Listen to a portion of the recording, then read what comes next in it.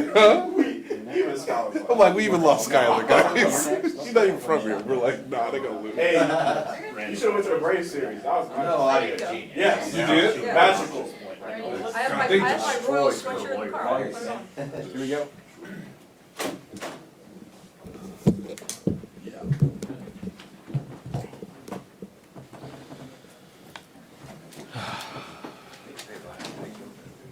Hey, How long were you bugging the commissioner about making the announcement last night? I'll get back to it in a minute. But before we get there, I want to say a few things. First of all, I want to compliment the job that the city has done in hosting the draft. I had a chance to be down there before the draft and then also at the end of the draft. I just thought it was spectacular. I thought it showed great on TV as well. Heard nothing but compliments from the league office personnel in terms of the job that the city's done. And based on my experience walking around the streets beforehand, it looked like everybody was having a very fun time as well. I also want to mention how excited we are to add Felix to the roster. Both Coach Reed and Brett Veach believe that he'll be able to come in and make a significant contribution this year. I had a chance to meet him a few minutes ago, and he's so excited to be a member of the Chiefs. In fact, last night when I was talking to him on the phone, he broke down crying, and I could hear him say, "I've been dreaming about this my entire life." So it's really neat to add a local kid, somebody who went to college pretty close by at K-State, to the roster. He definitely wants to be a Chief and is excited about it. And then finally, I want to congratulate Dante Hall on being the 52nd member of the Chiefs Hall of Fame. I think it's a very deserving honor for him. What an incredible player he was. And also I want to compliment him on his many contributions to the community, both during his time as a player and also in retirement. I had a chance to be over with him in Germany last year, helping market the NFL in Germany and the Chiefs, and he's just a great ambassador for the team and the community. And with that, I'll open it up.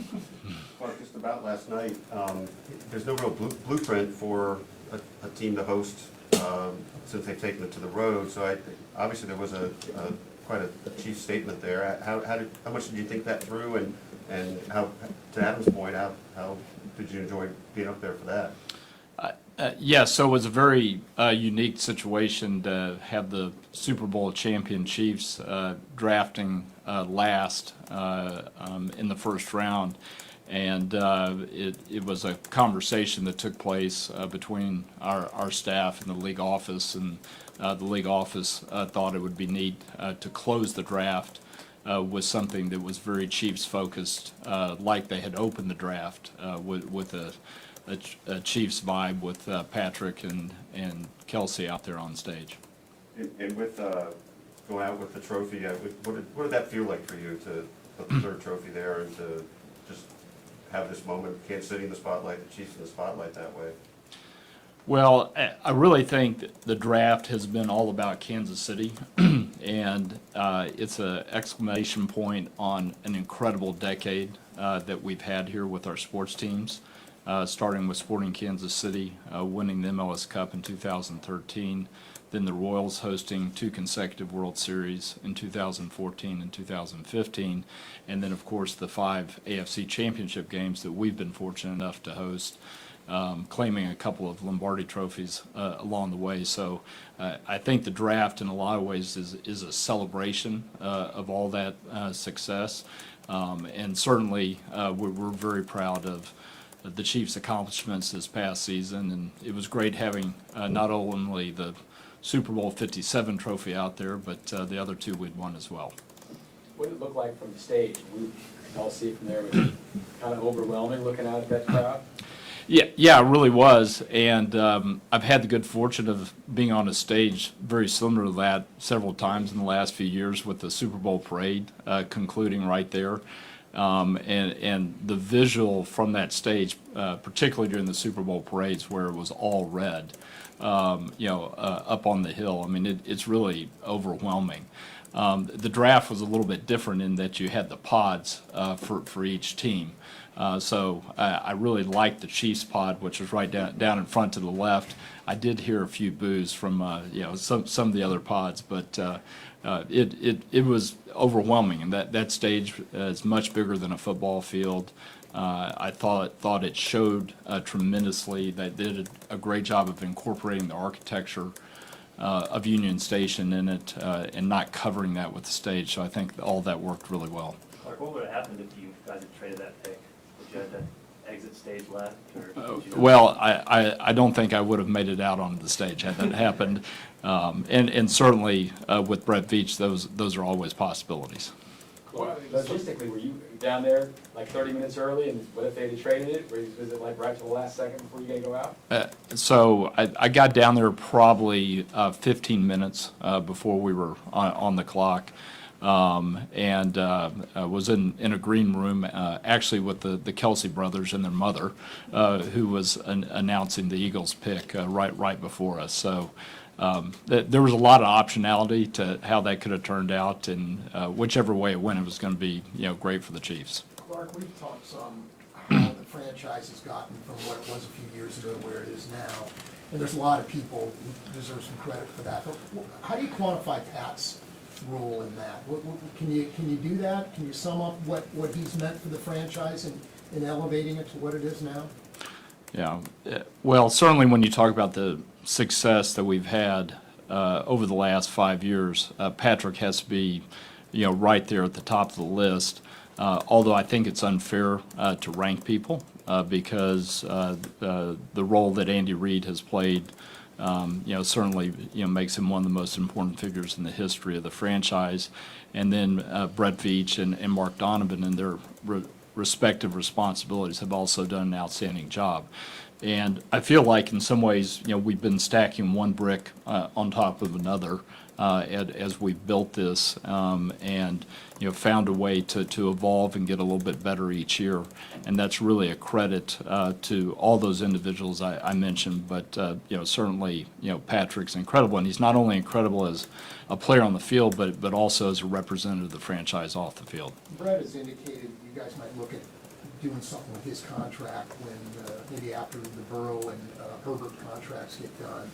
How do you go about determining his value, specifically his value to the franchise? Well, I don't know that there's really a way to quantify it financially. And, no matter, what he makes over his career, I'm sure one way or another he'll be underpaid. The great thing about Patrick is when we did that deal, he recognized that he wanted to give the club the flexibility to build the team around him. And that contract was structured in that way. We're only 1 year into a 10-year contract, so there's a long ways to go. But I think what Patrick cared most about was winning. And he certainly has been able to do a lot of that. Brett Veach has had enough flexibility to be able to add quality players each year, and that's part of the reason why we were able to lift the Lombardi Trophy again.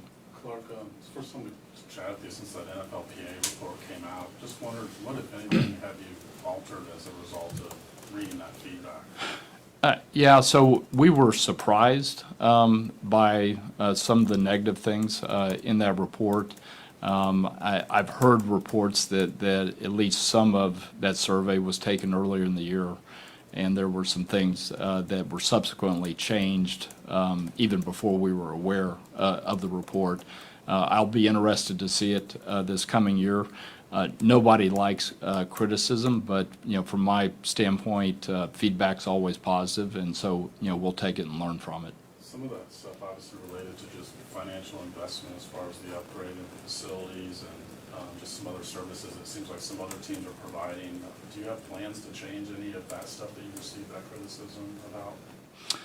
So I think one of them related to the travel accommodations, including the aircraft size. There was a time during COVID that we were forced to fly smaller airplanes, and only recently have been able to go back to the bigger airplanes. So that would be an example, one thing that I think's corrected. Another thing that was similar to that is providing babysitting services at the stadium for the players during the game. We had to eliminate that during COVID, and we will bring that back going forward. So those are examples. And then things related to the facility. I think we've all been thrilled to be in this beautiful training complex, here for the past 16 or 17 years, and it's hard to believe that it's already, aging. But it is. The league continues to grow, the staff continues to grow, and we certainly have to figure out how to accommodate our needs going forward, not only with the stadium but also with the training facility. Yeah, the other Super Bowl, I guess, was during COVID. This one was not, or at least not the height of it. Is there any further news about whether you'll go to the White House or not? There's not any specific news. We have been in contact with them and are discussing a couple of dates, but nothing's been confirmed at this point. Anything happening new with the stadium stuff? We keep seeing things with the Royals, and they said they talked to you and worked with you.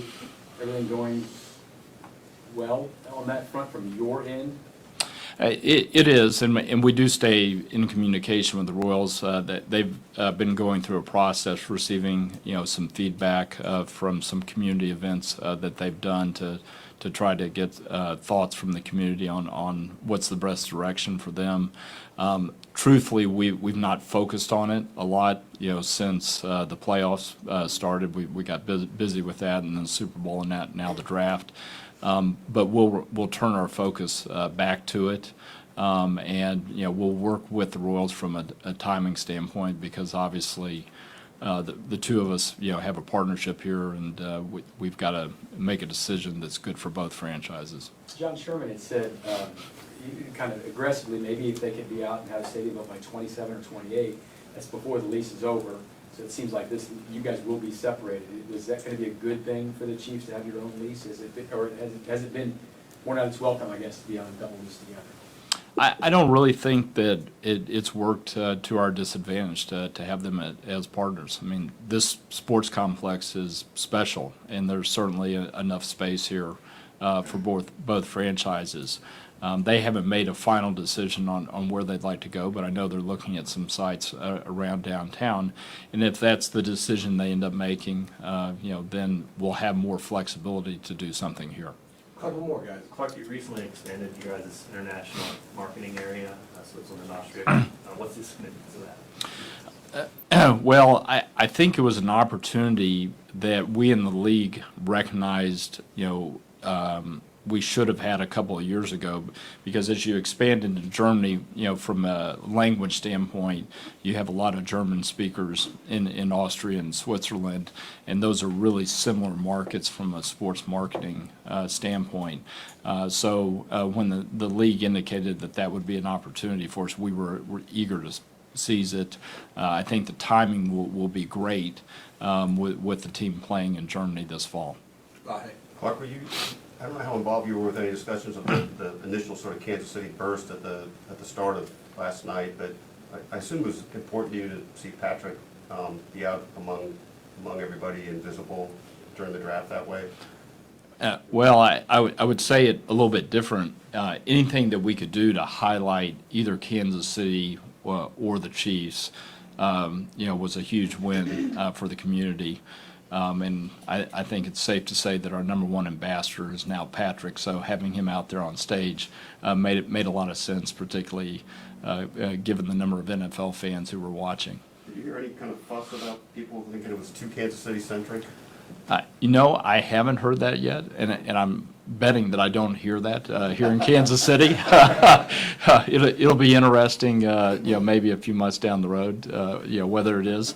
Again, I think it just ties back to the uniqueness of us being the Super Bowl champion, and that was just a few months ago, so the timing was really good. It's a great way to extend our celebration. Clark, I think it was this time last year when we asked you at the stadium, you said it was still your preference to make something work at this side at Arrowhead. Just wanted to follow up on that. Has anything changed with that? No, it hasn't.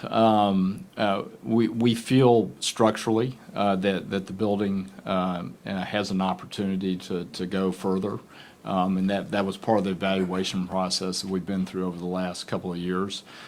We're still trying to make a final decision between a renovation and a new building, but at least we know at this point that it's an option if we'd like to renovate Arrowhead and keep one of the greatest traditions in pro football alive. Nate. Clark, you've obviously been a part when Andy and Brett have come to you with trades. I'm just wondering, can you share what your perspective is when they bring you a possible trade, how much you give your lens to it? And then secondly, before the second round starts, do you feel like you guys will potentially trade up tonight? Yeah.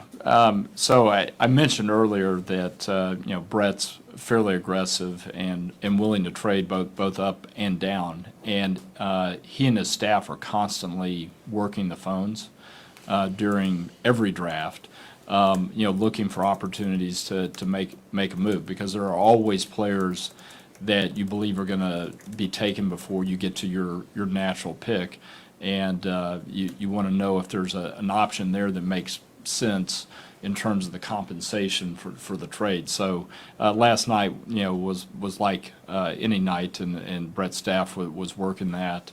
When we go through those processes, if something starts to look like it has traction, he and I and typically Coach Reed, will get together to really talk about the compensation and whether it makes sense for the franchise, and what it then means in day 2 and day 3, particularly if you're giving away draft picks. Is it going to limit what we'd like to get accomplished? So that's a dialogue that happens every year, and last night was no different. As we go into tonight, I don't have any expectation that he'll trade, but I certainly believe it's a possibility, and I know he'll have some options based on the work that his staff will do, as we get into the middle of the round. Amen. Do you have a moment that's been most special for you? Is it when you put the third Lombardi Trophy down and say the reigning champs pick, or maybe something smaller with this whole draft in Kansas City? So I, like the Super Bowl parade, I would have a hard time picking out just one thing from last night. Certainly, getting to announce the selection of a player with local roots, I thought was special. But before the draft, I was up on the World War I monument, and I was doing some interviews up there, and I had a chance then to look back at Union Station, and that's a view that I've never seen before.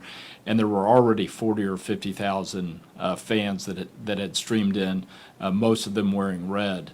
And it was a pretty special sight to see the draft stage and all the Chiefs fans from that vantage point. Last one, Matt. Clark, round 1 gets a lot of the attention. The Chiefs have found a lot of good players on day 2 and day 3. Just how much do you enjoy tonight and tomorrow and this whole process? Yeah, I think day 2 and day 3 are really where personnel staffs can distinguish themselves, and Brett's staff has certainly done that in recent years. We look back to last year and the number of players that we were able to select in the later rounds who ended up making a big contribution last year, all the way through the Super Bowl. You tend to get a lot of dispersion on day 2 and particularly day 3 in terms of how teams evaluate players, and I think it's where the really good staffs can shine. So I'm looking forward to adding some talented players here over the next 2 days, and hopefully ones will be able to help us get back to the Super Bowl this year. All right, thank you. Thank you.